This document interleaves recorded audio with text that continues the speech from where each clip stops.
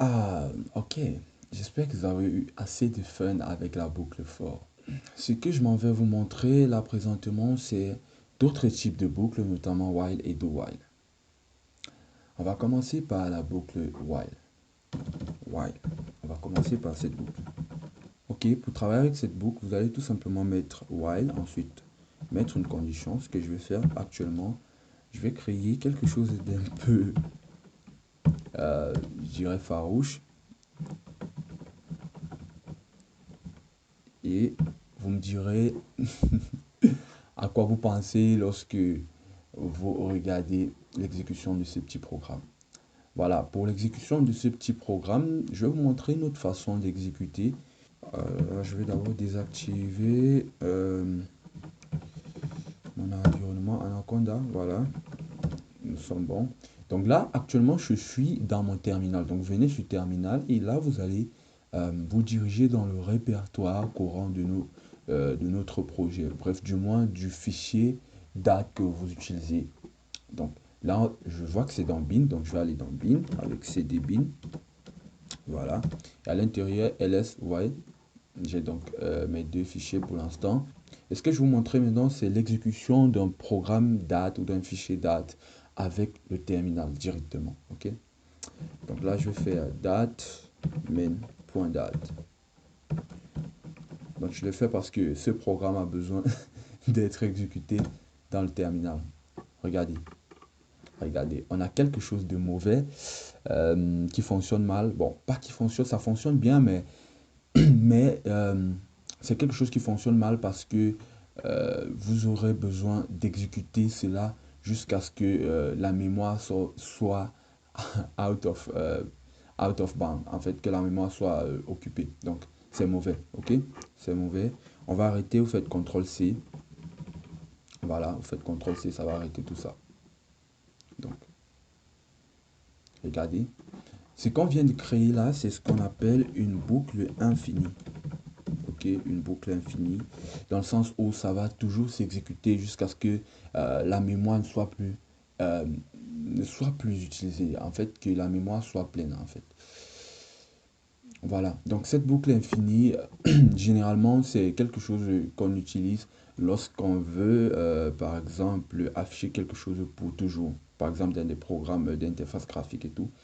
Voilà. Bon, là, on va passer à la syntaxe du do while. On va voir la différence entre le while et le do while. Donc, CTRL-C toujours. Et là, je vais faire do while, boucle do while. Et là, on va juste faire do. Ensuite, ici, vous allez faire while et mettre la session ou l'expression. Ok. Donc là, je vais faire nombre inférieur à 34. Et point virgule pour fermer.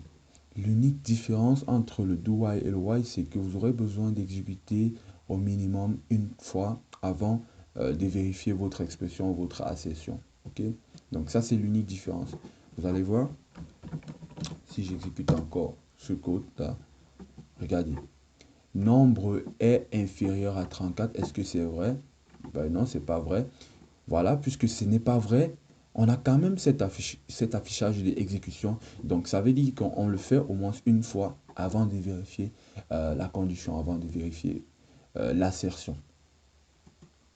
Voilà, donc do while fait au moins une fois, fait quelque chose avant de vérifier. Donc, c'est ça la différence fondamentale entre ces deux types de boucles. Alors, comment empêcher qu'il y ait donc cette boucle infinie?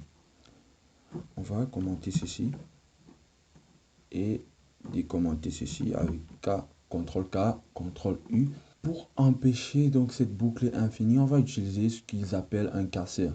Un casseur, c'est tout simplement dire, ok, dès que tu fais ceci, on va casser la boucle et tu t'arrêtes. Et ce casseur-là, c'est tout simplement le mot-clé break. Break pour le casseur. Donc regardez, si j'exécute ça, voyez, on n'a plus de boucle infinie, tout simplement parce qu'on va afficher exécution, ensuite on va casser la boucle avec ce mot-clé break. Bien sûr, je peux essayer de faire quelque chose d'un peu plus avancé. Donc, je vais mettre par exemple une condition là et je vais faire nombre supérieur ou égal à 34.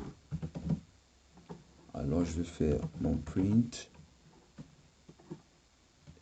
Et là, je vais faire break. Bien sûr, on peut tout faire sur une ligne à condition que vous séparez tout par le point virgule. Regardez, si j'essaye d'afficher quelque chose à ce niveau,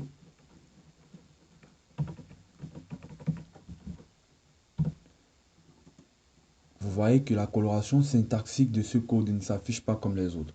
Et si je pointe sur ça, vous avez juste en documentation là, dead code, donc code mort.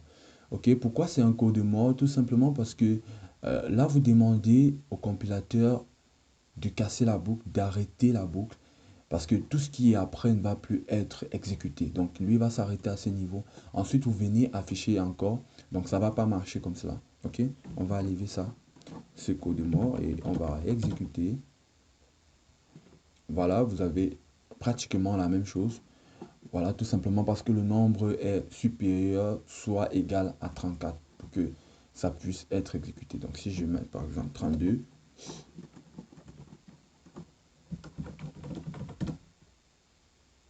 voilà, same thing. Ok? À noter que ce break n'est pas seulement utilisé pour le while, vous pouvez aussi l'utiliser dans une boucle for pour casser, parce que l'essentiel, c'est de pouvoir casser la boucle. C'est un peu ça l'idée derrière ce mot-clé break. Ok? Parfait. Je vous revois dans une nouvelle vidéo.